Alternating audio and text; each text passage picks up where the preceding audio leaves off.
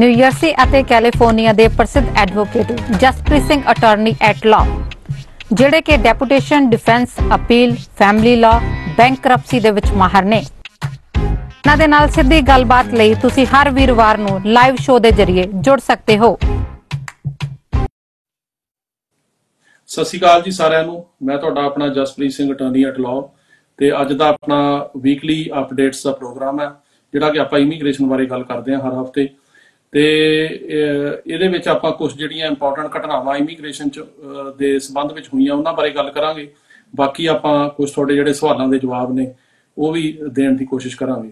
ਸੋ ਸਾਰਿਆਂ ਤੋਂ ਪਹਿਲਾਂ ਤਾਂ ਆਪਾਂ ਗੱਲ ਕਰਦੇ ਹਾਂ ਜਿਹੜਾ US ਸੁਪਰੀਮ ਕੋਰਟ ਦਾ ਡਿਸੀਜਨ ਆਇਆ ਉਹਦੇ ਬਾਰੇ।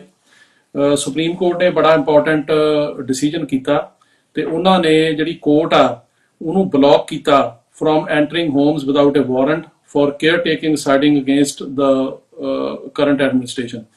सो ਇਹਦਾ ਤੁਹਾਨੂੰ ਪਹਿਲਾਂ ਪੜ੍ਹ ਕੇ ਜਿਹੜਾ ਦੱਸ ਦਿੰਦਾ ਵੀ ਕੀ ਹੈਗਾ ਡਿਸੀਜਨ ਤੇ ਉਸ ਤੋਂ ਬਾਅਦ ਇਹਦਾ ਮਤਲਬ ਜਿਹੜਾ ਸਮਝਾਉਣ ਦੀ ਕੋਸ਼ਿਸ਼ ਕਰਦਾ ਵੀ ਕੀ ਆ।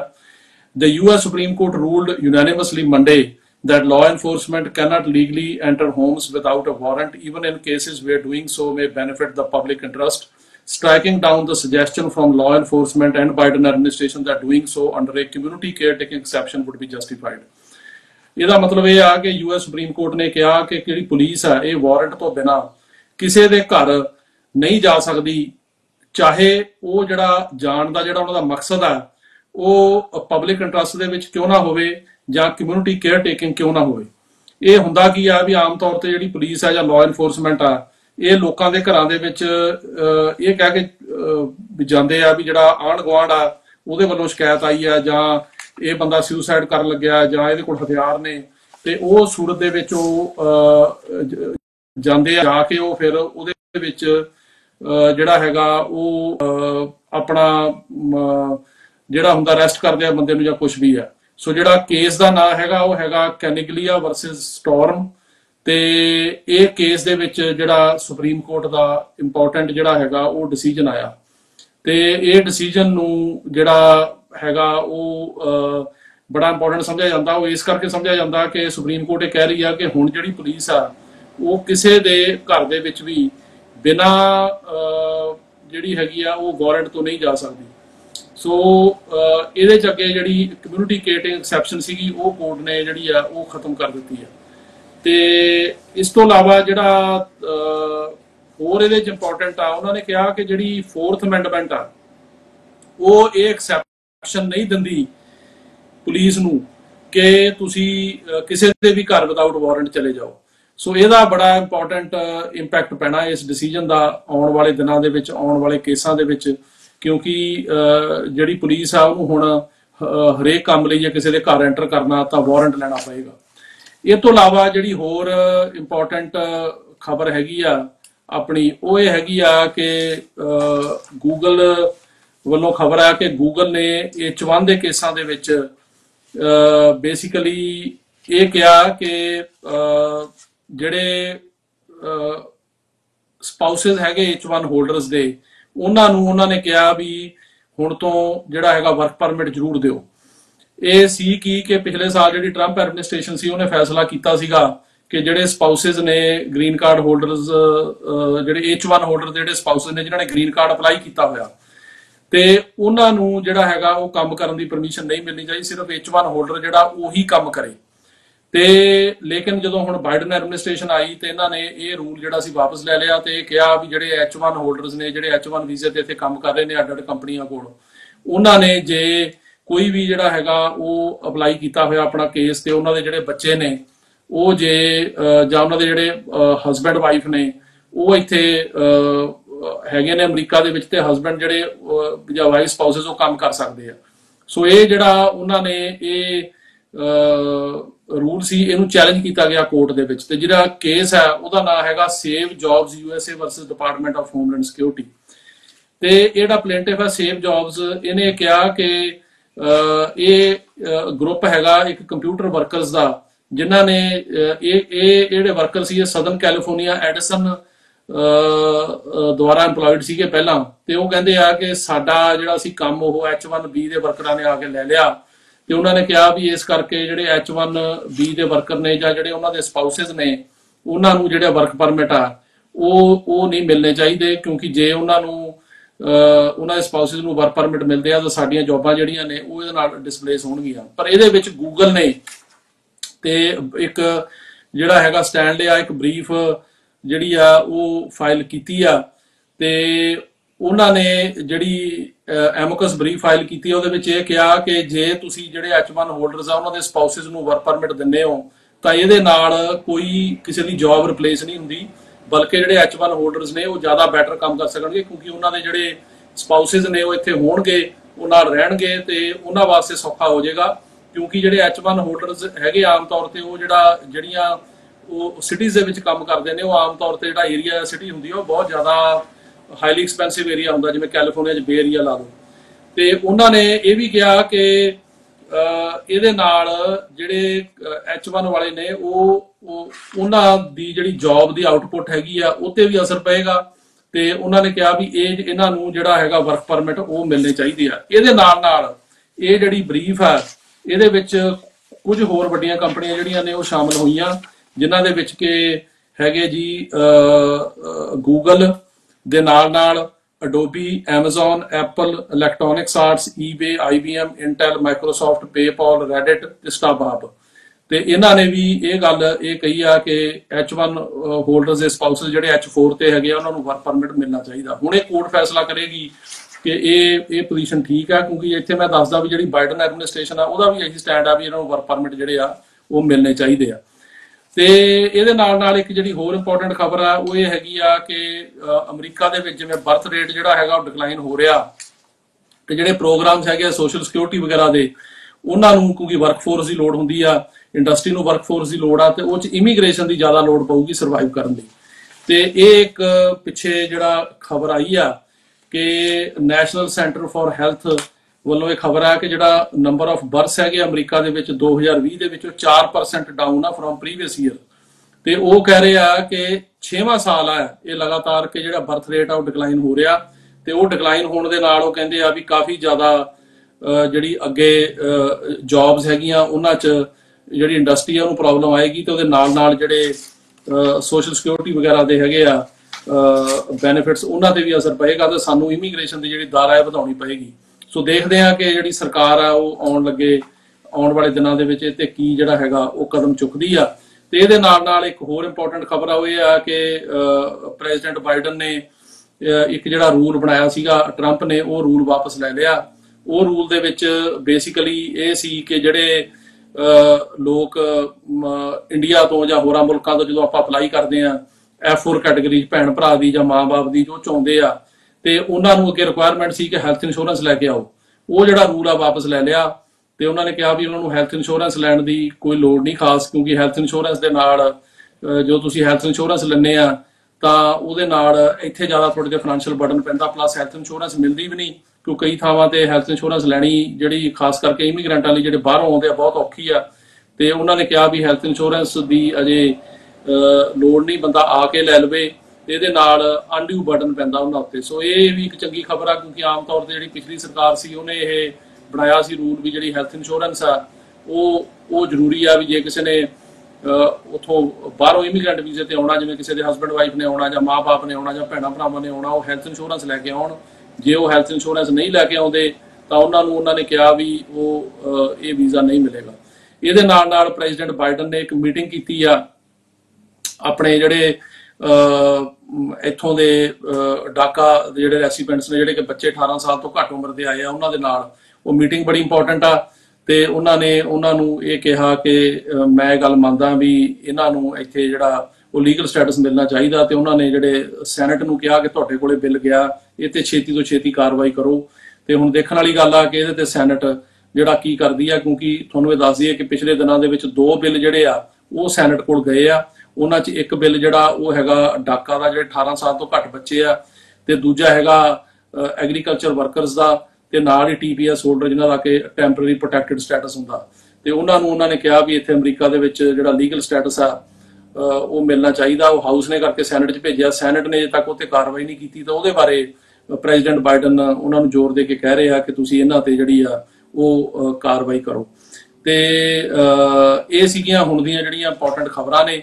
ਤੇ ਇਹਦੇ ਨਾਲ ਇੱਕ ਜਿਹੜੀ ਹੋਰ ਬਹੁਤ ਇੰਪੋਰਟੈਂਟ ਖਬਰ ਆ ਵੀ ਜਿਹੜੀ ਨਿਊਯਾਰਕ ਦੀ ਕੋਰਟ ਆ ਤੇ ਜਿਹੜੀਆਂ ਕੋਰਟਾਂ ਅੱਗੇ ਨਹੀਂ ਸੀ ਖੁੱਲੀਆਂ ਉਹ 6 ਜੁਲਾਈ ਤੋਂ ਖੁੱਲ ਰਹੀਆਂ ਨੇ। ਸੋ 6 ਜੁਲਾਈ ਤੋਂ ਜਿਹੜੀ ਨਿਊਯਾਰਕ ਦੀ ਇਮੀਗ੍ਰੇਸ਼ਨ ਕੋਰਟ ਆ ਉਹ ਓਪਨ ਹੋਣ ਜਾ ਰਹੀ ਆ ਤੇ ਉੱਥੋਂ ਫਿਰ ਕਿਉਂਕਿ 1 ਜੁਲਾਈ ਤੋਂ ਨਿਊਯਾਰਕ ਸਿਟੀ ਨੇ ਕਿਹਾ ਸੀ ਕਿ ਅਸੀਂ ਓਪਨ ਕਰਾਂਗੇ ਤੇ ਅਸੀਂ ਆਪਣੇ ਪਿਛਲੇ ਪ੍ਰੋਗਰਾਮ ਦੱਸਿਆ ਸੀ ਵੀ ਸਾਨੂੰ ਲੱਗਦਾ ਵੀ ਇਹਨਾਂ ਕੋਰਟਾਂ ਵੀ ਖੁੱਲਣਗੀਆਂ। ਹੁਣ ਅੱਜ ਉਹਨਾਂ ਦੀ ਜਿਹੜੀ ਕਮਿਊਨੀਕੇਸ਼ਨ ਆ ਗਈ ਆ ਕਿ 6 ਜੁਲਾਈ ਤੋਂ ਜਿਹੜੀ ਇਮੀਗ੍ਰੇਸ਼ਨ ਦੀ ਕੋਰਟ ਨਿਊਯਾਰਕ ਦੀ ਆ, ਖਾਸ ਕਰਕੇ ਜਿਹੜੀ 26 ਫੈਡਰਲ ਪਲਾਜ਼ਾ ਵੈਰਿਕ ਸਟਰੀਟ, ਉਹ ਕੋਰਟਾਂ ਜਿਹੜੀਆਂ ਨੇ ਉਹ ਖੁੱਲਣ ਜਾ ਰਹੀਆਂ ਨੇ। ਸੋ ਇਹ ਸਨ ਕੁਝ ਇੰਪੋਰਟੈਂਟ ਖਬਰਾਂ ਤੇ ਹੁਣ ਸਮਾਂ ਹੋ ਗਿਆ ਇੱਕ ਬ੍ਰੇਕ ਦਾ। ਬ੍ਰੇਕ ਤੋਂ ਬਾਅਦ ਆਪਾਂ ਤੁਹਾਡੇ ਸਵਾਲਾਂ ਦੇ ਜਵਾਬ ਦੇਣ ਦੀ ਕੋਸ਼ਿਸ਼ ਕਰਦੇ ਹਾਂ।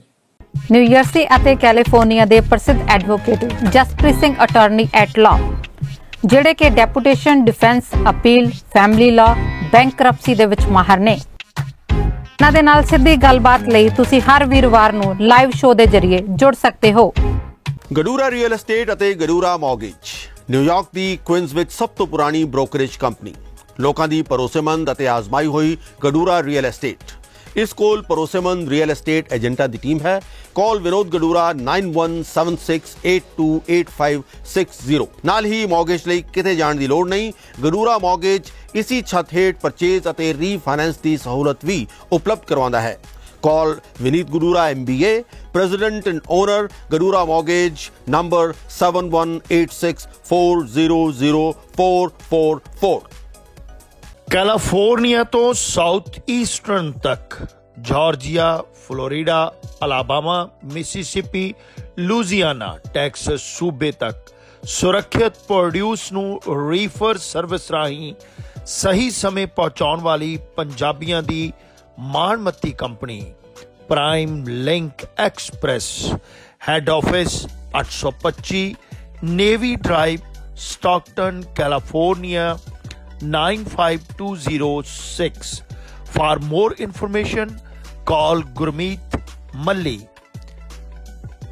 ਨਿਊ ਜਰਸੀ ਦੇ ਕੋਲ ਰਾਊਟ 19 ਅਤੇ ਹੋਰ ਲੋਕੇਸ਼ਨ ਤੇ ਟਰੱਕ ਡਰਾਈਵਰ ਵੀਰਾਂ ਲਈ ਸਸਤਾ ਡੀਜ਼ਲ ਅਤੇ ਨਾਨ ਕੰਪੈਰੀਟਿਵਲੀ ਗੈਸ ਪ੍ਰਾਈਸ ਵਾਸਤੇ ਹਮੇਸ਼ਾ ਯਾਦ ਰੱਖੋ ਫਿਊਲ 1 ਸਾਡਾ 690 RT1 ਨਾਰਥ ਐਡੀਸਨ ਅਤੇ ਵੱਡਾ ਕਰਾਊਨ ਡੀਪੂ, ਜਿੱਥੇ ਟਰੱਕ ਸਰਵਿਸ ਅਤੇ ਟਾਇਰ ਸਰਵਿਸ ਵਾਜਿਬ ਰੇਟਾਂ ਤੇ ਕੀਤੀ ਜਾਂਦੀ ਹੈ। ਡੀਜ਼ਲ ਨਾਲ ਸਕੇਲ ਸੁਵਿਧਾ ਵੀ ਹੈ ਉਪਲਬਧ। ਵਧੇਰੇ ਜਾਣਕਾਰੀ ਲਈ ਸੰਪਰਕ ਕਰੋ 7325724411। ਜੇਕਰ ਤੁਸੀਂ ਆਪਣੇ ਸੁਪਨਿਆਂ ਦੇ ਘਰ ਦੀ ਤਲਾਸ਼ ਵਿੱਚੋਂ ਤਾਂ ਹੁਣ ਤੁਹਾਨੂੰ ਘਬਰਾਉਣ ਦੀ ਬਿਲਕੁਲ ਲੋੜ ਨਹੀਂ। ਅਸੀਂ ਤੁਹਾਨੂੰ ਨਿਊਯਾਰਕ ਵਿੱਚ ਵਾਜਿਬ ਰੇਟ ਤੇ ਸਾਫ਼ ਸੁਥਰਾ ਘਰ ਬਣਾ ਕੇ ਅਤੇ ਰੈਨੋਵੇਟ ਕਰਕੇ ਦੇਵਾਂਗੇ। ਜੀ ਹਾਂ, ਸਾਡੇ ਕੋਲ ਨਿਊਯਾਰਕ ਵਿੱਚ ਕਈ ਘਰ ਬਿਲਕੁਲ ਤਿਆਰ ਪਏ ਨੇ। ਫਿਰ ਦੇਰ ਕਿਸ ਗੱਲ ਦੀ? ਕਾਲ ਕਰਨ ਲਈ ਡਾਇਲ ਕਰੋ 9172250888 ਤੇ। ਅਸ਼ੋਕ ਮਾਹੀ ਜੀ ਤੁਹਾਡੇ ਲਈ ਆਪਣੇ ਘਰ ਦੇ ਸੁਪਨੇ ਨੂੰ ਪੂਰਾ ਕਰਨ ਵਿੱਚ ਤੁਹਾਡੀ ਮਦਦ ਕਰਨਗੇ। ਨਿਊ ਜਰਸੀ ਅਤੇ ਕੈਲੀਫੋਰਨੀਆ ਦੇ ਪ੍ਰਸਿੱਧ advocate Jaspreet Singh attorney at law, ਜਿਹੜੇ ਕਿ deputation, defence, appeal, family law, bankruptcy ਦੇ ਵਿੱਚ ਮਾਹਰ ਨੇ। ਇਹਨਾਂ ਦੇ ਨਾਲ ਸਿੱਧੀ ਗੱਲਬਾਤ ਲਈ ਤੁਸੀਂ ਹਰ ਵੀਰਵਾਰ ਨੂੰ ਲਾਈਵ ਸ਼ੋਅ ਦੇ ਜ਼ਰੀਏ ਜੁੜ ਸਕਦੇ ਹੋ। ਹਾਂਜੀ, ਤੁਹਾਡਾ ਸਵਾਗਤ ਹੈ ਜੀ ਬ੍ਰੇਕ ਤੋਂ ਬਾਅਦ ਇਸ ਪ੍ਰੋਗਰਾਮ ਦੇ ਵਿੱਚ। ਜਿਵੇਂ ਕਿ ਆਪਾਂ ਬ੍ਰੇਕ ਤੋਂ ਪਹਿਲਾਂ ਗੱਲ ਕਰ ਰਹੇ ਸੀ ਕਿ ਜਿਹੜੀ ਹੁਣ ਨਿਊਯਾਰਕ ਦੀ ਇਮੀਗ੍ਰੇਸ਼ਨ ਕੋਰਟ ਆ ਉਹ ਖੋਲਣ ਜਾ ਰਹੀ ਆ ਤੇ ਇਹਦੇ ਬਾਬਤ ਮੈਂ ਕੁਝ ਗੱਲਾਂ ਕਹਿਣੀਆਂ ਚਾਹਾਂਗਾ। ਉਹ ਇਹ ਆ ਕਿ ਬਹੁਤ ਦੇਰ ਤੋਂ ਜਿਹੜੀ ਨਿਊਯਾਰਕ ਦੀ ਕੋਰਟ ਆ ਇਹ ਬੰਦ ਸੀ। ਬਾਕੀ ਜਿਹੜੀਆਂ ਇਮੀਗ੍ਰੇਸ਼ਨ ਕੋਰਟਾਂ ਸਾਰੇ ਅਮਰੀਕਾ ਦੇ ਵਿੱਚੋਂ ਖੁੱਲੀਆਂ ਸੀ ਤੇ ਇਮੀਗ੍ਰੇਸ਼ਨ ਦੇ ਜਿਹੜੇ ਕੇਸਿਸ ਨੇ ਮਾਸਟਰ ਡੇਟਾਂ ਚਾਹੇ ਪੋਸਟਪੋਨ ਹੋ ਰਹੀਆਂ ਸੀ ਪਰ ਫਾਈਨਲ ਡੇਟਾਂ ਹੋ ਰਹੀਆਂ ਸੀ। ਪਰ ਜਿਹੜੀ ਨਿਊਯਾਰਕ ਦੀ ਹੈਗੀ ਆ ਕੋਰਟ, ਇਹ ਹੁਣ ਓਪਨ ਹੋਣ ਜਾ ਰਹੀ ਹੈ 6 ਜੁਲਾਈ ਤੋਂ। ਸੋ ਜਿੰਨਾ ਵੀ ਸੱਜਣਾ ਦੇ ਕੇਸ ਚੱਲਦੇ ਆ ਇਮੀਗ੍ਰੇਸ਼ਨ ਕੋਰਟ ਦੇ ਵਿੱਚ ਨਿਊਯਾਰਕ, ਚਾਹੇ ਵੈਰਿਕ ਸਟਰੀਟ ਤੇ ਜਾਂ 26 ਫੈਡਰਲ ਪਲਾਜ਼ਾ, ਉਹਨਾਂ ਨੂੰ ਚਾਹੀਦਾ ਵੀ ਉਹ ਆਪੋ ਆਪਣੇ ਵਕੀਲਾਂ ਨਾਲ ਸੰਪਰਕ ਕਰਨ ਤਾਂ ਕਿ ਜਿਹੜੀਆਂ ਆਉਣ ਵਾਲੀਆਂ ਡੇਟਾਂ ਨੇ ਉਹਨਾਂ ਦਾ ਪਤਾ ਲੱਗ ਸਕੇ। ਕੁਝ ਡੇਟਾਂ ਗਾਂਹ ਹੋਈਆਂ ਨੇ, ਕੁਝ ਡੇਟਾਂ ਉਹੀ ਨੇ। ਸੋ ਇਹ ਇੱਕ ਅੱਜ ਦੀ ਹੀ ਖਬਰ ਆ ਕਿ 6 ਜੁਲਾਈ ਤੋਂ ਜਿਹੜੀ ਨਿਊਯਾਰਕ ਦੀ ਕੋਰਟ ਆ ਉਹ ਓਪਨ ਹੋਣ ਜਾ ਰਹੀ ਹੈ। ਤੇ ਇਹਦੇ ਨਾਲ ਹੁਣ ਤੁਹਾਡੇ ਕੁਝ ਮੈਂ ਸਵਾਲਾਂ ਦੇ ਜਿਹੜੇ ਜਵਾਬ ਦੇਣ ਦੀ ਕੋਸ਼ਿਸ਼ ਕਰਦਾ। ਸਾਰਿਆਂ ਤੋਂ ਪਹਿਲਾਂ ਤਾਂ ਮੈਂ ਬਹੁਤ ਧੰਨਵਾਦੀ ਹਾਂ ਤੁਹਾਡਾ ਕਿ ਤੁਸੀਂ ਇੰਨਾ ਹੰਗਾਰਾ ਦਿੱਤਾ ਇਸ ਪ੍ਰੋਗਰਾਮ ਨੂੰ, ਆਪਣੇ ਸਵਾਲ ਭੇਜੇ ਆ ਤੇ ਗਾਂਹ ਤੋਂ ਵੀ ਭੇਜਦੇ ਰਹੋ। ਮੇਰੀ ਕੋਸ਼ਿਸ਼ ਹੋਏਗੀ ਕਿ ਮੈਂ ਇਹਨਾਂ ਦੇ ਜਿਹੜੇ ਜਵਾਬ ਹੈਗੇ ਉਹ ਤੁਹਾਨੂੰ ਦੇ ਸਕਾਂ। ਹੁਣ ਜਿਹੜਾ ਪਹਿਲਾ ਸਵਾਲ ਆ ਉਹ ਇਹ ਆ ਕਿ ਇਹਨਾਂ ਨੇ ਪੁੱਛਿਆ ਕਿ ਸਰ 2006 ਵਾਲੇ ਕੇਸ ਕਦੋਂ ਖੁੱਲਣਗੇ ਜੀ। 2006 ਦੇ ਵਿੱਚ ਜਿਹੜੀ F4 ਕੈਟੇਗਰੀ ਹੈ ਜੇ ਇਹਦੇ ਬਾਰੇ ਗੱਲ ਕਰੀਏ ਤਾਂ ਉੱਥੇ 2005 ਚੱਲ ਰਿਹਾ ਜੀ। 15 ਅਪ੍ਰੈਲ 2005 ਤੇ ਇਸ ਕੈਟਾਗਰੀ ਦੇ ਵਿੱਚ ਅਜੇ ਮੇਰਾ ਖਿਆਲ ਆ 1 ਸਾਲ ਹੋਰ ਲੱਗੇਗਾ, ਕਿਉਂਕਿ ਜਿਹੜੀ ਹੁਣ ਅੰਬੈਸੀ ਆ ਉੱਥੋਂ ਕਮਿਊਨੀਕੇਸ਼ਨ ਜਿਹੜੀ ਆਈ ਆ ਉਹ ਇਹ ਆ ਕਿ April ਤੇ ਮਈ ਦੀਆਂ ਡੇਟਾਂ ਉਹਨਾਂ ਨੇ ਕੈਂਸਲ ਕਰਤੀਆਂ ਕੋਵਿਡ ਕਰਕੇ। ਤੇ ਹੁਣ ਦੇਖਣ ਵਾਲੀ ਗੱਲ ਇਹ ਹੋਏਗੀ ਕਿ ਅੱਗੇ ਡੇਟਾਂ ਕਦੋਂ ਉਹ ਆਉਣਗੀਆਂ, ਕਿ ਕੀ ਜੂਨ ਦੇ ਵਿੱਚ ਅੰਬੈਸੀ ਇੰਟਰਵਿਊ ਕਰੇਗੀ। ਸੋ ਉੱਥੋਂ ਇਹ ਪਤਾ ਲੱਗੇਗਾ ਇਹ ਕੈਟਾਗਰੀਆਂ ਕਿਵੇਂ ਮੂਵ ਹੋਈਆਂ ਨੇ। ਲੇਕਿਨ ਉਹ ਤਾਂ ਖੁੱਲ ਗਿਆ ਸੀ ਬੈਨ, ਪਰ ਇਹ ਕੈਟਾਗਰੀ ਜਿਹੜੀ ਆ ਉਹ ਮੂਵ ਨਹੀਂ ਹੋਈ ਇੰਨੀ ਜ਼ਿਆਦਾ, 2 ਹਫ਼ਤੇ ਮੂਵ ਹੋਈ ਆ। ਇਹਦਾ ਜਿਹੜਾ ਸੰਬੰਧ ਕੋਵਿਡ ਨਾਲ। ਇਸ ਤੋਂ ਇਲਾਵਾ ਜਿਹੜਾ ਅਗਲਾ ਸਵਾਲ ਹੈ ਜੀ ਉਹ ਇਹ ਹੈਗਾ ਕਿ 2009 ਦੇ ਵਿੱਚ ਉਹ ਕਹਿੰਦੇ ਨੇ ਕਿ 20 ਸਤੰਬਰ 2009 ਨੂੰ ਸਾਡੀ ਕੇਸ ਅਪਲਾਈ ਹੋਇਆ ਤੇ ਅਪਰੂਵਲ ਆ ਗਈ ਸੀ 2 ਜੂਨ 2010 ਦੇ ਵਿੱਚ। ਦੇਖੋ ਇਸ ਤਰ੍ਹਾਂ ਵੀ ਜੇ ਤਾਂ ਇਹ F4 ਕੈਟਾਗਰੀ ਦਾ ਕੇਸ ਆ ਫਿਰ ਤਾਂ ਇਹਦੇ 'ਚ ਇਹ ਹੁਣ ਦੇਖਣ ਵਾਲੀ ਗੱਲ ਆ ਕਿ ਅਜੇ ਟਾਈਮ ਲੱਗੇਗਾ। 2005 ਚੱਲ ਰਿਹਾ, 9 ਨੂੰ ਅਜੇ 4-5 ਸਾਲ ਲੱਗਣਗੇ। ਪਰ ਜੇ ਫਰਜ਼ ਕਰੋ ਤੁਹਾਡਾ ਕੇਸ F3 ਕੈਟਾਗਰੀ ਦਾ, ਫਿਰ 2008 ਚੱਲ ਰਿਹਾ, ਤੁਹਾਨੂੰ NVC ਤੋਂ ਜਿਹੜੀਆਂ ਚਿੱਠੀਆਂ ਹੈਗੀਆਂ ਆਉਣੀਆਂ ਸ਼ੁਰੂ ਹੋ ਜਾਣੀਆਂ, ਸੋ ਵੇਟ ਕਰੋ। ਲੇਕਿਨ F4 ਕੈਟਾਗਰੀ ਨੂੰ ਇਹ 4 ਤੋਂ 5 ਸਾਲ ਲੱਗਣਗੇ। ਇਸ ਤੋਂ ਇਲਾਵਾ ਜਿਹੜਾ ਹੋਰ ਸਵਾਲ ਨੇ ਉਹਨਾਂ ਵਿੱਚ ਇੱਕ ਸਵਾਲ ਇਹ ਹੈ ਜੀ ਕਿ ਇਹ ਕਹਿ ਰਹੇ ਨੇ ਕਿ ਸਾਡਾ ਕੇਸ F4 ਕੈਟਾਗਰੀ ਦਾ 2006 ਦਾ, ਪਰ ਰਿਸੀਵ 2009 ਤੋਂ ਬਾਅਦ ਹੋਇਆ, ਪਹਿਲਾਂ ਡਿਨਾਈ ਹੋ ਗਿਆ ਸੀ ਤੇ ਹੁਣ ਸਾਨੂੰ ਪਤਾ ਲੱਗਿਆ ਅਸੀਂ 6 ਵਾਲਾ ਕੇਸ ਖਲਵਾ ਸਕਦੇ ਹਾਂ ਕਿ ਨਹੀਂ। ਦੇਖੋ ਇਸ ਤਰ੍ਹਾਂ ਹੈ ਕਿ ਜੇ 6 ਵਾਲਾ ਡਿਨਾਈ ਹੋ ਗਿਆ ਉਹਦੀ ਕੀ ਵਜ੍ਹਾ ਸੀ, ਇਹ ਇੱਕ ਤਾਂ ਇੰਪੋਰਟੈਂਟ ਹੈ ਜਾਣਨੀ ਵੀ ਡਿਨਾਈ ਕਿਉਂ ਹੋਇਆ। ਦੂਜਾ ਤੁਸੀਂ ਫਿਰ 9 'ਚ ਦੁਬਾਰਾ ਅਪਲਾਈ ਕਰਤਾ, ਉਹ ਚੱਲ ਪਿਆ ਤੇ 9 ਵਾਲਾ ਕੇਸ ਜਿਹੜਾ ਹੁਣ ਚੱਲ ਰਿਹਾ, 6 ਵਾਲਾ ਇੰਨੇ ਸਾਲਾਂ ਬਾਅਦ ਰੀਓਪਨ ਕਰਾਉਣਾ ਮੁਸ਼ਕਲ ਆ। ਤੇ ਤੁਸੀਂ ਇਹਦੇ ਬਾਰੇ ਮੈਨੂੰ ਡਿਟੇਲ 'ਚ ਜੇ ਸਾਰੀ ਇਨਫੋਰਮੇਸ਼ਨ ਭੇਜੋ, ਮੈਨੂੰ ਸੰਪਰਕ ਕਰ ਲਓ ਮੇਰੇ ਫੋਨ ਤੇ 9179154142 ਜਾਂ ਮੈਨੂੰ ਈਮੇਲ ਕਰੋ ਤੇ ਉਹ ਦੇਖ ਕੇ ਮੈਂ ਬੈਟਰ ਸਲਾਹ ਦੇ ਸਕਦਾ। ਪਰ ਮੈਨੂੰ ਲੱਗਦਾ ਵੀ ਇੰਨੇ ਸਾਲਾਂ ਬਾਅਦ 6 ਵਾਲਾ ਕੇਸ ਰੀਓਪਨ ਕਰਨਾ ਮੁਸ਼ਕਲ ਆ, ਖਾਸ ਕਰਕੇ ਤੁਸੀਂ ਜਦੋਂ ਹੁਣ 9 'ਚ ਦੁਬਾਰਾ ਅਪਲਾਈ ਕਰਤਾ ਤੇ 9 ਨੂੰ ਅਜੇ ਤੁਹਾਨੂੰ ਪਤਾ 4 ਸਾਲ ਹੋਰ ਲੱਗਣਗੇ।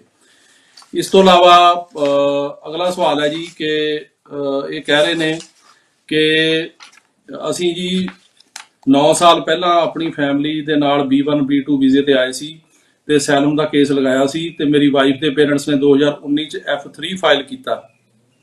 ਕੋਈ ਰਸਤਾ ਹੈ ਪੱਕੇ ਹੋਣ ਦਾ? ਦੇਖੋ ਤੁਸੀਂ ਜਿਹੜਾ ਅਸਾਈਲਮ ਦਾ ਕੇਸ ਲਗਾਇਆ ਉੱਤੇ ਤੁਸੀਂ ਰਹਿ ਰਹੇ ਹੋ, ਤੁਹਾਡਾ ਉੱਤੇ ਵਰਕ ਪਰਮਿਟ ਹੋਪਫੁਲੀ ਆ ਰਿਹਾ ਹੋਵੇਗਾ। ਲੇਕਿਨ ਜਿਹੜਾ 19 'ਚ ਤੁਹਾਡੇ ਪੇਰੈਂਟਸ ਨੇ ਕੇਸ ਲਾਇਆ, ਤੁਹਾਡੇ ਵਾਈਫ ਦੇ ਪੇਰੈਂਟਸ ਨੇ, ਉਹਦੀ ਬੇਸ ਤੇ ਤੁਸੀਂ ਇੱਥੇ ਅਮਰੀਕਾ ਦੇ ਵਿੱਚ ਪੱਕੇ ਨਹੀਂ ਹੋ ਸਕਦੇ, ਕਿਉਂਕਿ ਇਸ ਕੈਟਾਗਰੀ ਦੇ ਵਿੱਚ ਤੁਸੀਂ ਓਵਰਸਟੇ ਗਣੇ ਜਾਓਗੇ ਅਸਾਈਲਮ ਕਰਕੇ ਤੇ ਤੁਹਾਨੂੰ ਹੋਪਫੁਲੀ ਜਿਹੜਾ ਹੈਗਾ ਵਾਪਸ ਜਾਣਾ ਪਊਗਾ। ਤੇ ਵਾਪਸ ਜਾ ਕੇ ਤੁਹਾਨੂੰ ਜਿਹੜਾ ਹੈਗਾ ਉਹ ਉੱਥੋਂ ਇੰਡੀਆ ਤੋਂ ਆਉਣਾ ਪਊਗਾ ਤੇ ਉਹਦੇ ਵਿੱਚ ਫਿਰ ਵੇਵਰ ਵਗੈਰਾ ਕਰਨਾ ਪੈਣਾ, ਕਿਉਂਕਿ ਜਦੋਂ ਪੇਰੈਂਟਸ ਬੱਚਿਆਂ ਲਈ ਅਪਲਾਈ ਕਰਦੇ ਉਹ 'ਚ ਵੇਵਰ ਐਲੀਜੀਬਲ ਹੁੰਦਾ, ਪਰ ਜਦੋਂ ਬੱਚੇ ਪੇਰੈਂਟਸ ਲਈ ਕਰਦੇ ਆ ਉਹਦੇ 'ਚ ਐਲੀਜੀਬਲ ਨਹੀਂ ਹੁੰਦਾ। ਸੋ ਇਸ ਕਰਕੇ ਜੇ 601 ਵੇਵਰ ਲੈ ਕੇ ਤੁਹਾਨੂੰ ਬਹੁਤ ਉੱਥੋਂ ਫਿਰ ਟਾਈਮ ਲੱਗੂਗਾ। ਪਰ ਤੁਸੀਂ ਜਿਹੜਾ ਤੁਹਾਡਾ ਸਵਾਲ ਹੈ ਵੀ ਕੀ ਇੱਥੇ ਰਹਿ ਕੇ ਅਸੀਂ ਇਹਦੀ ਬੇਸ ਤੇ ਪੱਕੇ ਹੋ ਸਕਦੇ ਹੋ, ਮੈਨੂੰ ਨਹੀਂ ਲੱਗਦਾ, ਕਿਉਂਕਿ ਜਦੋਂ ਤੁਸੀਂ ਅਸਾਈਲਮ ਕਰਦੇ ਹੋ ਤੁਸੀਂ ਉਸ ਤੋਂ ਬਾਅਦ B1 B2 ਤੇ ਆਏ ਓਵਰਸਟੇ ਕਰਕੇ, ਇਸ ਕੇਸ ਦੇ ਪਰਪਸ ਲਈ ਤੁਸੀਂ ਓਵਰਸਟੇ ਹੀ ਸਮਝੇ ਜਾਓਗੇ। ਸਿਰਫ 2 ਸੂਰਤਾਂ ਦੇ ਵਿੱਚ ਜੇ ਤੁਸੀਂ ਓਵਰਸਟੇ ਕਰੋ ਵਿਜ਼ਟਰ ਵੀਜ਼ੇ ਤੇ ਤਾਂ ਇੱਥੇ ਪੱਕੇ ਹੋ ਸਕਦੇ ਹੋ। ਪਹਿਲਾ, ਜੇ ਕੋਈ ਬੰਦਾ US ਸਿਟੀਜ਼ਨ ਦੇ ਨਾਲ ਵਿਆਹ ਕਰਾਵੇ, ਤੇ ਦੂਸਰਾ ਜੇ US ਸਿਟੀਜ਼ਨ ਆਪਣੇ ਮਾਂ-ਬਾਪ ਦਾ ਅਪਲਾਈ ਕਰੇ, ਕਿਉਂਕਿ ਉਹ ਫਸਟ ਪ੍ਰੈਫਰੈਂਸ ਕੈਟਾਗਰੀ ਆ। ਸੋ ਇਹਨਾਂ ਕੈਟਾਗਰੀਜ਼ ਦੇ ਵਿੱਚ ਜੇ ਓਵਰਸਟੇ ਵੀ ਕਰ ਜਾਣ ਤਾਂ ਇੱਥੇ ਉਹ ਪੱਕੇ ਹੋ ਸਕਦੇ ਆ। ਪਰ ਜਿਹੜੀਆਂ ਬਾਕੀ ਕੈਟਾਗਰੀਆਂ ਨੇ ਉਹਨਾਂ ਦੇ ਵਿੱਚ ਜੇ ਤੁਸੀਂ ਓਵਰਸਟੇ ਕਰੋ ਤਾਂ ਤੁਹਾਨੂੰ ਆਪਣੀ ਕੰਟਰੀ ਜਾਣਾ ਪਏਗਾ, ਇੱਥੇ ਉਹਦੇ 'ਚ ਕੁਝ ਨਹੀਂ ਮਿਲੇਗਾ। ਤੇ ਇਸ ਤੋਂ ਇਲਾਵਾ ਇੱਕ ਹੋਰ ਸਵਾਲ ਹੈ ਜੀ, ਉਹ ਇਹ ਕਹਿ ਰਹੇ ਨੇ ਕਿ ਮੇਰਾ ਬੱਚਾ US ਸਿਟੀਜ਼ਨ ਹੈ ਤੇ ਉਹਦੀ ਉਮਰ 17 ਸਾਲ ਹੈ ਤੇ ਉਹ ਦੁਬਈ 'ਚ ਉਹਨੇ ਅੱਗੇ ਆਪਣੀ ਮੈਟ੍ਰਿਕ ਵਗੈਰਾ ਕੀਤੀ ਆ ਤੇ ਅਮਰੀਕਾ ਆ ਕੇ ਇੱਥੇ ਪੜ੍ਹਨਾ ਚਾਹੁੰਦਾ। ਉਹ ਬਿਲਕੁਲ ਪੜ੍ਹ ਸਕਦਾ ਜੀ, ਜੇ US ਸਿਟੀਜ਼ਨ ਹੈ ਤੇ ਉਹਨੂੰ ਅਮਰੀਕਾ ਆਉਣ ਦੇ ਵਿੱਚ ਕੋਈ ਰੁਕਾਵਟ ਨਹੀਂ ਆ। ਜੇ ਇੱਥੇ ਆ ਕੇ ਉਹ ਪੜ੍ਹਨਾ ਚਾਹੁੰਦਾ, ਉਹਨੂੰ ਐਡਮਿਸ਼ਨ ਜਿਹੜੀ ਆ ਉਹ ਕਿਤੇ ਮਿਲਦੀ ਆ ਤਾਂ ਉਹ ਆ ਕੇ ਪੜ੍ਹ ਸਕਦਾ, ਉਹਨੂੰ ਕਿਸੇ ਹੋਰ ਵੀਜ਼ਾ ਲੈਣ ਦੀ ਲੋੜ ਨਹੀਂ, ਉਹ ਆ ਸਕਦਾ। ਇੱਕ ਹੋਰ ਸਵਾਲ ਹੈ ਜੀ, ਉਹਨਾਂ ਨੇ ਕਿਹਾ ਸਰ ਮੇਰਾ ਬੇਟਾ ਸਤੰਬਰ 2020 'ਚ USA ਚਲਾ ਗਿਆ ਸੀ ਤੇ ਅਮਰੀਕਨ ਸਿਟੀਜ਼ਨ ਹੈ, ਬੇਟਾ ਅਗਸਤ 2021 21 ਸਾਲ ਦਾ ਹੋ ਜਾਣਾ ਤੇ ਉਸਨੂੰ ਕੀ ਡਾਕੂਮੈਂਟ ਚਾਹੀਦੇ ਨੇ ਸਾਡਾ ਪੇਰੈਂਟਸ ਨੂੰ ਬੁਲਾਉਣ ਵਾਸਤੇ। ਦੇਖੋ ਇਸ ਤਰ੍ਹਾਂ ਕਿ ਜਿਹੜੇ US ਸਿਟੀਜ਼ਨ ਬੱਚੇ ਨੇ ਉਹ 21 ਸਾਲ ਦੇ ਹੋ ਕੇ ਆਪਣੇ ਮਾਂ-ਬਾਪ ਦਾ ਅਪਲਾਈ ਕਰ ਸਕਦੇ ਆ ਜੀ। ਤੇ 21 ਸਾਲ ਦਾ ਜਦੋਂ ਹੋ ਗਿਆ ਉਹ ਫਿਰ ਤੁਹਾਡਾ ਅਪਲਾਈ ਕਰ ਸਕਦਾ, ਪਰ ਉਹਨੂੰ ਅਮਰੀਕਾ ਦੇ ਵਿੱਚ ਆ ਕੇ ਡੋਮਿਸਾਈਲ ਪ੍ਰੂਵ ਕਰਨਾ ਪਏਗਾ, ਰਹਿਣਾ ਪਏਗਾ। ਉਹ ਰਹਿਣ ਲਈ ਉਹਨੂੰ ਟੈਕਸ ਭਰਨਾ ਪਏਗਾ, ਉਹਨੂੰ ਆਪਣੇ ਜਿਹੜੇ ਹੈਗੇ ਆ ਉਹ ਸ਼ੋਅ ਕਰਨਾ ਪਏਗਾ ਇੱਥੇ ਰਹਿ ਰਿਹਾ, ਉਹਨੂੰ ਲੀਜ਼ ਚਾਹੀਦੀ ਆ, ਉਹਨੂੰ ਆਪਣੇ ਜਿਹੜੇ ਜਿਵੇਂ ਕੋਈ ਬਿੱਲ ਵਗੈਰਾ ਉਹਦੇ ਨਾਂ ਤੇ ਚਾਹੀਦੇ ਨੇ, ਕੋਈ ਜੌਬ ਚਾਹੀਦੀ ਆ, ਉਹਨੂੰ ਸ਼ੋਅ ਕਰਨਾ ਪੈਣਾ ਵੀ ਇੱਥੇ ਰਹਿ ਰਿਹਾ। ਜੇ ਉਹਦੀ ਇਨਕਮ ਘੱਟ ਵੀ ਹੋਵੇ ਕੋਈ ਗੱਲ ਨਹੀਂ, ਉਹ ਕੋਈ ਹੋਰ ਬੰਦਾ ਐਫੀਡੇਵਿਟ ਸਪੋਰਟ ਦੇ ਸਕਦਾ, ਪਰ ਬੇਸਿਕਲੀ ਉਹਨੂੰ 2 ਚੀਜ਼ਾਂ ਪ੍ਰੂਵ ਕਰਨੀਆਂ ਪੈਂਦੀਆਂ। ਇੱਕ ਤਾਂ ਉਹ ਅਮਰੀਕਨ ਸਿਟੀਜ਼ਨ ਹੈ, 21 ਸਾਲ ਤੋਂ ਉੱਪਰ ਹੈ, ਦੂਸਰਾ ਇੱਥੇ ਡੋਮਿਸਾਈਲ ਹੈ। ਸੋ ਡੋਮਿਸਾਈਲ ਉਹਨੂੰ ਸ਼ੋਅ ਕਰਨਾ ਪੈਣਾ। ਉਸ ਤੋਂ ਬਾਅਦ ਅਗਲਾ ਜੀ ਸਵਾਲ ਹੈ, ਉਹਨਾਂ ਨੇ ਕਿਹਾ ਜੀ ਕਿ ਸਾਡਾ ਜਿਹੜਾ F4 ਕੈਟੇਗਰੀ ਦਾ ਕੇਸ ਹੈ, ਅਸੀਂ 2007 ਚ ਅਪਲਾਈ ਕੀਤਾ, ਕਿੰਨਾ ਟਾਈਮ ਲੱਗੂ? ਦੇਖੋ ਮੈਂ ਹੁਣੇ ਦੱਸ ਕੇ ਹਟਿਆ ਵੀ 2005 ਚੱਲ ਰਿਹਾ ਜੇ ਅਪ੍ਰੈਲ, ਇਹਨੂੰ ਟਾਈਮ ਲੱਗੇਗਾ ਕਿਉਂਕਿ ਜੇ ਤੁਸੀਂ 7 ਚ ਵੀ ਅਪਲਾਈ ਕੀਤਾ ਤਾਂ ਇਹਨੂੰ ਕਾਫੀ ਟਾਈਮ, ਅਜੇ 2 ਸਾਲ ਹੋਰ ਘੱਟੋ ਘੱਟ ਜਿਹੜੇ ਆ ਉਹ ਲੱਗਣੇ ਚਾਹੀਦੇ ਆ। ਇਸ ਤੋਂ ਇਲਾਵਾ ਇੱਕ ਹੋਰ ਸਵਾਲ ਹੈ ਜੀ, ਉਹਨਾਂ ਨੇ ਕਿਹਾ ਕਿ ਅਸੀਂ F2B ਜਿਹੜੀ ਵੀਜ਼ਾ ਕੈਟੇਗਰੀ ਦੇ ਵਿੱਚ ਅਪ੍ਰੈਲ 2020 ਚ ਸਾਡਾ ਕੇਸ ਅਪਰੂਵ ਹੋ ਗਿਆ ਸੀ, ਤੇ ਲੇਕਿਨ ਇਸ ਤਰ੍ਹਾਂ ਹੋਇਆ ਕਿ ਸਾਡਾ ਜਿਹੜਾ ਸੀਗਾ ਰਿਸ਼ਤਾ ਹੋ ਗਿਆ ਬੱਚੇ ਦਾ, ਪਰ ਉਹ ਅਜੇ ਵਿਆਹ ਨਹੀਂ ਹੋਇਆ, ਤੇ ਕੀ ਉਹ ਆ ਸਕਦਾ ਕਿ ਨਹੀਂ? ਦੇਖੋ ਇਸ ਕੈਟੇਗਰੀ ਜਿਹੜੀ ਤੁਸੀਂ F2B ਕੈਟੇਗਰੀ ਦੀ ਗੱਲ ਕੀਤੀ ਹੈ, ਜਿਹੜੀ F2B ਕੈਟੇਗਰੀ ਆ, ਇਹ ਜਿਹੜੇ ਗ੍ਰੀਨ ਕਾਰਡ ਹੋਲਡਰਸ ਦੇ 21 ਸਾਲ ਤੋਂ ਉੱਪਰ ਬੱਚੇ ਆ ਉਹਨਾਂ ਦੀ ਕੈਟੇਗਰੀ ਆ। ਇਹ ਜਿਹੜੇ ਬੱਚੇ ਨੇ 21 ਸਾਲ ਤੋਂ ਉੱਪਰ, ਇਹ ਅਨਮੈਰਿਡ ਹੋਣ ਤਾਂ ਆ ਸਕਦੇ ਆ, ਜੇ ਮੈਰਿਡ ਹੋ ਜਾਣ ਨਹੀਂ ਆ ਸਕਦੇ। ਸੋ ਇਸ ਕਰਕੇ ਤੁਹਾਨੂੰ ਜਿਹੜਾ ਬੇਸਿਕਲੀ ਮਤਲਬ ਇਹਦੇ 'ਚ ਇਹ ਜਿਹੜੀ ਸਮੱਸਿਆ ਆਉਣੀ ਆ ਕਿ ਤੁਸੀਂ ਜੇ ਵਿਆਹ ਕਰ ਲਿਆ ਫਿਰ ਇਸ ਕੈਟੇਗਰੀ 'ਚੋਂ ਬਾਹਰ ਨਿਕਲ ਜਾਓਗੇ। ਸੋ ਇਸ ਕਰਕੇ ਇਹਦੇ 'ਚ ਅਨਮੈਰਿਡ ਰਹਿਣਾ ਜ਼ਰੂਰੀ ਆ। ਜੇ ਇੱਕ ਵਾਰੀ ਇਸ ਕੈਟੇਗਰੀ ਦੇ ਵਿੱਚ ਕਿਸੇ ਦਾ ਵਿਆਹ ਹੋ ਜਾਵੇ ਤਾਂ ਉਹ ਫਿਰ ਇਸ ਕੈਟੇਗਰੀ ਤੋਂ ਬਾਹਰ ਹੋ ਜਾਂਦਾ ਤੇ ਇਹਦੇ ਵਿੱਚ ਉਹ ਨਹੀਂ ਆਪਣੇ ਆਪ ਨੂੰ ਕਵਰ ਕਰ ਸਕਦਾ। ਸੋ ਇਹ ਹੁਣ ਇਸ ਕੈਟੇਗਰੀ ਦਾ ਮੈਂ ਦੱਸਦਾ, F2B ਦੇ ਵਿੱਚ ਅਜੇ 15 ਅਗਸਤ 2015 ਚੱਲ ਰਿਹਾ। ਸੋ ਇਹਦੇ ਵਿੱਚ ਤੁਹਾਨੂੰ ਵਿਆਹ ਬਿਲਕੁਲ ਨਹੀਂ ਕਰਨਾ ਚਾਹੀਦਾ ਤੇ ਅਨਮੈਰਿਡ ਹੀ ਰਹਿਣਾ ਚਾਹੀਦਾ। ਉਸ ਤੋਂ ਇਲਾਵਾ ਇੱਕ ਹੋਰ ਸਵਾਲ ਹੈ ਜੀ, ਉਹਨਾਂ ਨੇ ਕਿਹਾ ਜੀ ਸਾਰੇ ਡਾਕੂਮੈਂਟ ਅਪਲੋਡ ਕਰ ਦਿੱਤੇ ਆ NVC ਨੂੰ ਤੇ ਐਕਸੈਪਟ ਵੀ ਹੋ ਗਿਆ, ਤੇ ਹੁਣ ਕਿੰਨਾ ਟਾਈਮ ਲੱਗੂਗਾ? ਦੇਖੋ ਜਦੋਂ ਆਪਾਂ ਨੈਸ਼ਨਲ ਵੀਜ਼ਾ ਸੈਂਟਰ ਨੂੰ ਕੋਈ ਵੀ ਜਿਹੜੇ ਹੈਗੇ ਡਾਕੂਮੈਂਟ ਅਪਲੋਡ ਕਰਦੇ ਆ ਉਹਨੂੰ ਟਾਈਮ ਲੱਗਦਾ, ਕਿਉਂਕਿ ਅੱਜ ਕੱਲ ਜਿਹੜਾ ਹੈਗਾ NVC ਉਹ ਹਰ ਚੀਜ਼ ਆਨਲਾਈਨ ਹੈਗੀ ਆ, ਤੇ ਲੇਕਿਨ ਤੁਸੀਂ ਪਤਾ ਕਰਦੇ ਰਹੋ, ਜੇ ਕੋਈ ਪ੍ਰੋਬਲਮ ਹੋਈ ਉਹ ਤੁਹਾਨੂੰ ਆਪਣੇ ਆਪ ਈਮੇਲ ਕਰਨਗੇ ਜਾਂ ਨੋਟੀਫਾਈ ਕਰਨਗੇ, ਪਰ ਉਹਦੇ ਨਾਲ ਨਾਲ ਤੁਸੀਂ ਵੀ ਉਹਨਾਂ ਕੋਲੋਂ ਆਪਣਾ ਸਟੇਟਸ ਚੈੱਕ ਕਰਦੇ ਰਹੋ। ਜੇ ਕੋਈ ਹੋਰ ਚੀਜ਼ ਦੀ ਲੋੜ ਨਹੀਂ, ਸਾਰਾ ਕੁਝ ਠੀਕ ਆ ਤਾਂ ਉਹ ਕੇਸ ਤੁਹਾਡਾ ਆਪਣੇ ਆਪ ਐਮਬੈਸੀ ਨੂੰ ਭੇਜ ਦੇਣਗੇ, ਐਮਬੈਸੀ ਜਿਹੜੀ ਆ ਉਹ ਇੰਟਰਵਿਊ ਸਕੈਜੂਲ ਕਰੇਗੀ। ਇਸ ਤੋਂ ਇਲਾਵਾ ਅਗਲਾ ਕੇਸ ਹੈ ਜੀ, ਉਹ ਇਹ ਕਹਿ ਰਹੇ ਆ ਕਿ ਅਸੀਂ ਅਸੈਲਮ ਦਾ ਕੇਸ ਅਪਲਾਈ ਕੀਤਾ ਸੀਗਾ ਤੇ ਸਾਡੀਆਂ ਜਿਹੜੀਆਂ ਕੋਰਟ ਡੇਟਾਂ ਨੇ ਉਹ ਅਜੇ ਨਹੀਂ ਆ ਰਹੀਆਂ, ਡੇਟਾਂ ਅੱਗੇ ਪੈ ਰਹੀਆਂ, ਉਹਦੇ ਬਾਰੇ ਕੁਝ ਦੱਸੋ। ਦੇਖੋ ਇਸ ਤਰ੍ਹਾਂ ਹੈ ਕਿ ਜੇ ਤਾਂ ਤੁਹਾਡਾ ਕੇਸ ਅਸੈਲਮ ਦਾ ਨਿਊਯਾਰਕ 'ਚ ਆ ਤਾਂ ਜਿਵੇਂ ਮੈਂ ਹੁਣੇ ਦੱਸ ਕੇ ਹਟਿਆ, ਅੱਜ ਦੀ ਖਬਰ ਆ ਕਿ ਨਿਊਯਾਰਕ ਦੇ ਵਿੱਚ ਜਿਹੜੀਆਂ ਕੋਰਟਾਂ ਹੈਗੀਆਂ ਉਹ 6 ਜੁਲਾਈ ਤੋਂ ਖੁੱਲ ਰਹੀਆਂ ਨੇ, ਸਾਰੀਆਂ ਹੀ, ਬੈਰਿਕ ਸਟਰੀਟ ਵਾਲੀਆਂ ਵੀ, 26 ਫੈਡਰਲ ਪਲਾਜ਼ਾ ਵਾਲੀਆਂ ਵੀ।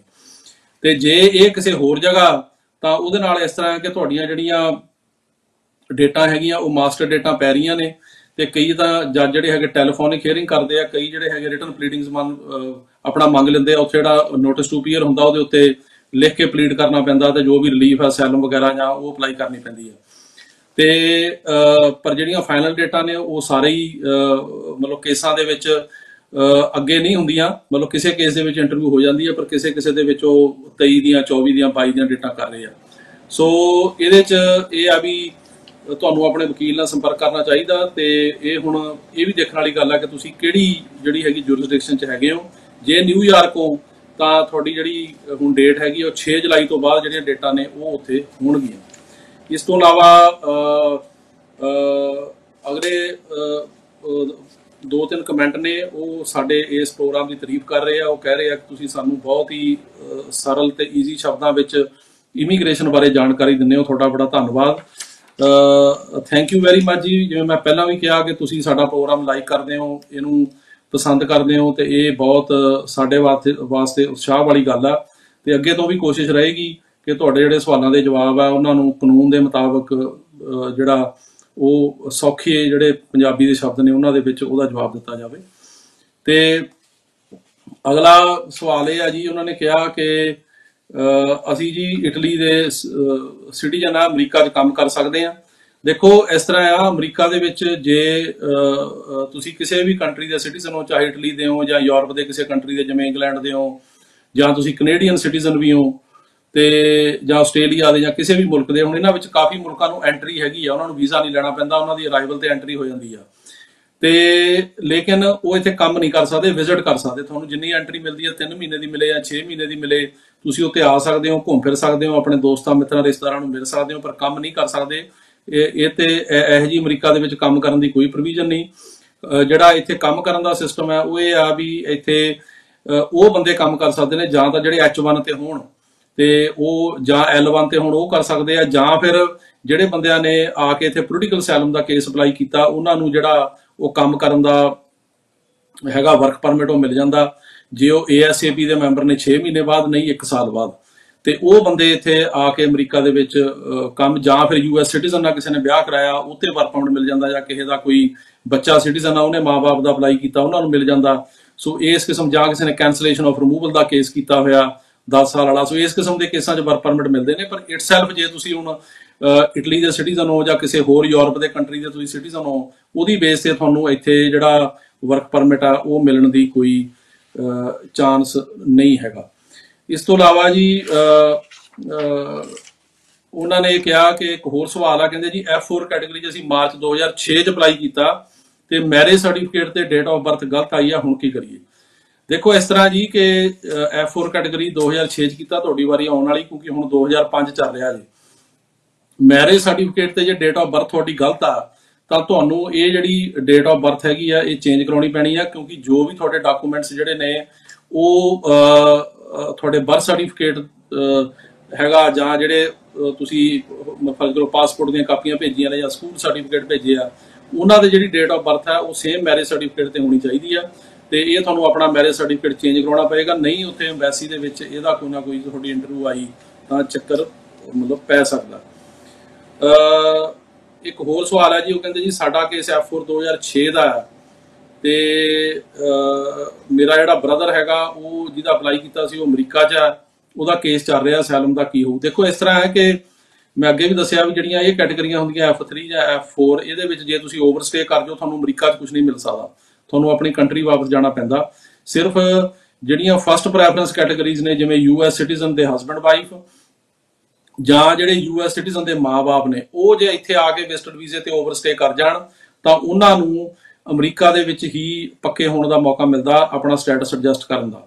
ਲੇਕਿਨ ਜਿਹੜੀਆਂ ਇਹ ਕੈਟੇਗਰੀਆਂ 'ਚ ਵਾਪਸ ਜਾਣਾ ਪਏਗਾ, ਜੇ ਉਹਨਾਂ ਦਾ ਅਸਾਈਲਮ ਦਾ ਕੇਸ ਚੱਲਦਾ, ਉਹਨਾਂ ਦੀ ਐਂਟਰੀ ਪਤਾ ਨਹੀਂ ਕਿਵੇਂ ਆ, ਤੇ ਹੋ ਸਕਦਾ ਵੀ ਉਹ ਲੀਗਲ ਆਏ ਨੇ ਜਾਂ ਉਦਾਂ ਹੀ ਆਇਆ ਬਾਰਡਰ ਕ੍ਰਾਸ ਕਰਕੇ, ਤਾਂ ਇਹਦੇ 'ਚ ਜਿਹੜੀ ਪ੍ਰੋਬਲਮ ਹੈ ਉਹ ਇਹ ਉਹਨਾਂ ਨੂੰ ਆਏਗੀ ਤੇ ਉਹਨਾਂ ਨੂੰ ਵਾਪਸ ਜਾਣਾ ਪਏਗਾ। ਇਸ ਕੇਸ 'ਚ ਜੇ ਕੁਝ ਲੈਣਾ ਤੇ ਉੱਥੇ ਜਾ ਕੇ ਬਾਰ ਲੱਗੇਗੀ ਤੇ ਇਹਦੇ 'ਚ ਵੇਵਰ ਵੀ ਨਹੀਂ ਹੁੰਦਾ। ਜਿਹੜਾ 601 ਵੇਵਰ ਆ ਉਹ ਭਰਾ ਭੈਣ ਦੀ ਕੈਟੇਗਰੀ 'ਚ ਅਵੇਲੇਬਲ ਨਹੀਂ ਆ, ਉਹ ਸਿਰਫ ਹਸਬੈਂਡ ਵਾਈਫ ਦੀ ਕੈਟੇਗਰੀ 'ਚ ਅਵੇਲੇਬਲ ਆ, ਤੇ ਜਾਂ ਜਦੋਂ ਪੇਰੈਂਟਸ ਆਪਣੇ ਬੱਚਿਆਂ ਲਈ ਕਰਦੇ ਆ ਉਹਦੇ 'ਚ ਅਵੇਲੇਬਲ ਆ। ਪਰ ਜੇ ਤੁਸੀਂ ਭਰਾ ਭੈਣ ਦੀ ਕੈਟੇਗਰੀ 'ਚੋਂ ਜਾਂ ਬੱਚੇ ਪੇਰੈਂਟਸ ਦਾ ਕਰਦੇ ਨੇ, ਉਹਦੇ ਵਿੱਚ ਜਿਹੜਾ ਵੇਵਰ ਅਵੇਲੇਬਲ ਨਹੀਂ ਹੈਗਾ। ਉੱਥੇ ਫਿਰ ਜਿਹੜੇ ਬਾਹਰ ਲੱਗੇ 10 ਸਾਲ ਦੀ ਉਨੀ ਦੇਰ ਉੱਥੇ ਰਹਿਣਾ ਪਏਗਾ। ਹੁਣ ਇੱਕ ਸਵਾਲ ਜਿਹੜਾ ਹੈਗਾ ਉਹ ਹੈਗਾ ਜੀ ਬਾਰਡਰ ਦੇ ਸੰਬੰਧ ਨਾਲ। ਉਹ ਇਹ ਕਹਿ ਰਹੇ ਨੇ ਕਿ ਜਿਹੜੇ ਬਾਰਡਰ ਦੀ ਜਿਹੜੀ ਸਿਚੁਏਸ਼ਨ ਕੀ ਆ, ਵੀ ਜੇ ਕੋਈ ਬੰਦਾ ਇੱਥੇ ਆਵੇ ਜਿਹਦੀ ਉਮਰ 18 ਸਾਲ ਤੋਂ ਉੱਪਰ ਹੈ ਤੇ ਉਹਦਾ ਕੀ ਹਸ਼ਰ ਹੋਏਗਾ। ਦੇਖੋ ਪਹਿਲੀ ਗੱਲ ਤਾਂ ਮੈਂ ਹਮੇਸ਼ਾ ਆਪਣੇ ਸਾਰੇ ਪ੍ਰੋਗਰਾਮਾਂ ਤੇ ਇਹ ਕਹਿਣਾ ਕਿ ਇਸ ਤਰੀਕੇ ਨਾਲ ਆਉਣਾ ਗਲਤ ਆ, ਕਿ ਤੁਹਾਨੂੰ ਹਮੇਸ਼ਾ ਇੱਥੇ ਅਮਰੀਕਾ ਦੇ ਵਿੱਚ ਲੀਗਲ ਤਰੀਕੇ ਨਾਲ ਆਉਣਾ ਚਾਹੀਦਾ। ਤੁਸੀਂ ਜਦੋਂ ਬਾਰਡਰ ਕ੍ਰਾਸ ਕਰਕੇ ਆਉਂਦੇ ਆ ਇਹਦੇ 'ਚ ਬਹੁਤ ਜ਼ਿਆਦਾ ਜ਼ੋਖਮ ਹੈ, ਖਤਰਾ, ਇਹ ਕਾਨੂੰਨ ਦੀ ਵੀ ਵਾਇਲੇਸ਼ਨ ਆ। ਸੋ ਇਸ ਤਰੀਕੇ ਨਾਲ ਨਹੀਂ ਆਉਣਾ ਚਾਹੀਦਾ, ਲੀਗਲ ਤਰੀਕੇ ਨਾਲ ਆਉਣਾ ਚਾਹੀਦਾ। ਪਰ ਜੇ ਹੁਣ ਕੋਈ ਆ ਹੀ ਗਿਆ ਫਰਜ਼ ਕਰੋ ਤਾਂ ਇਹਦੇ 'ਚ ਇਸ ਤਰ੍ਹਾਂ ਹੈ ਕਿ ਜਿਹੜੇ ਤਾਂ 18 ਸਾਲ ਤੋਂ ਘੱਟ ਉਮਰ ਦੇ ਆਉਂਦੇ ਆ ਬੱਚੇ ਆਪਣੇ ਮਾਂ-ਬਾਪ ਦੇ ਨਾਲ, ਜਾਂ ਵੈਸੇ ਉਹਨਾਂ ਨੂੰ ਤਾਂ ਇਹ ਛੇਤੀ ਪ੍ਰੋਸੈਸਿੰਗ ਕਰਕੇ 72 ਘੰਟੇ ਦੇ ਵਿੱਚ ਜੇ ਕੋਈ ਗਰੰਟਰ ਜਾਂ ਸਪਾਂਸਰ ਹੋਵੇ ਉਹਦੇ ਕੋਲ ਭੇਜ ਦਿੰਦੇ ਆ। ਪਰ ਜਿਹੜੇ 18 ਸਾਲ ਤੋਂ ਉੱਪਰ ਆਉਂਦੇ ਆ ਉਹਨਾਂ ਦੀ ਹੁੰਦੀ ਆ ਕ੍ਰੈਡੀਬਲ ਫੇਅਰ ਹੀਅਰਿੰਗ। ਉਹ ਕ੍ਰੈਡੀਬਲ ਫੇਅਰ 'ਚੋਂ ਪਾਸ ਹੋਣਾ ਪੈਂਦਾ, ਪਾਸ ਹੋ ਕੇ ਹੀ ਫਿਰ ਅੱਗੇ ਬੌਂਡ ਵਗੈਰਾ ਲਈ ਅਪਲਾਈ ਹੁੰਦਾ ਜਾਂ ਕੇਸ ਤੁਰਦਾ, ਤੇ ਇਹਦੇ 'ਚ ਕੋਈ ਵੀ ਗਰੰਟੀ ਨਹੀਂ ਵੀ ਕ੍ਰੈਡੀਬਲ ਫੇਅਰ 'ਚੋਂ ਤੁਸੀਂ ਪਾਸ ਹੋ ਜਾਓਗੇ। ਸੋ ਕਾਫੀ ਬੰਦੇ ਜਿਹੜੇ ਆ ਉਹ ਫੇਲ ਵੀ ਹੁੰਦੇ ਆ, ਜੇ ਫੇਲ ਹੋ ਜਾਣ ਤਾਂ ਕੇਸ ਅੱਗੇ ਲੱਗਦਾ ਹੀ ਨਹੀਂ, ਉਹਨਾਂ ਨੂੰ ਉੱਥੋਂ ਹੀ ਡਿਪੋਰਟ ਕਰ ਦਿੱਤਾ ਜਾਂਦਾ।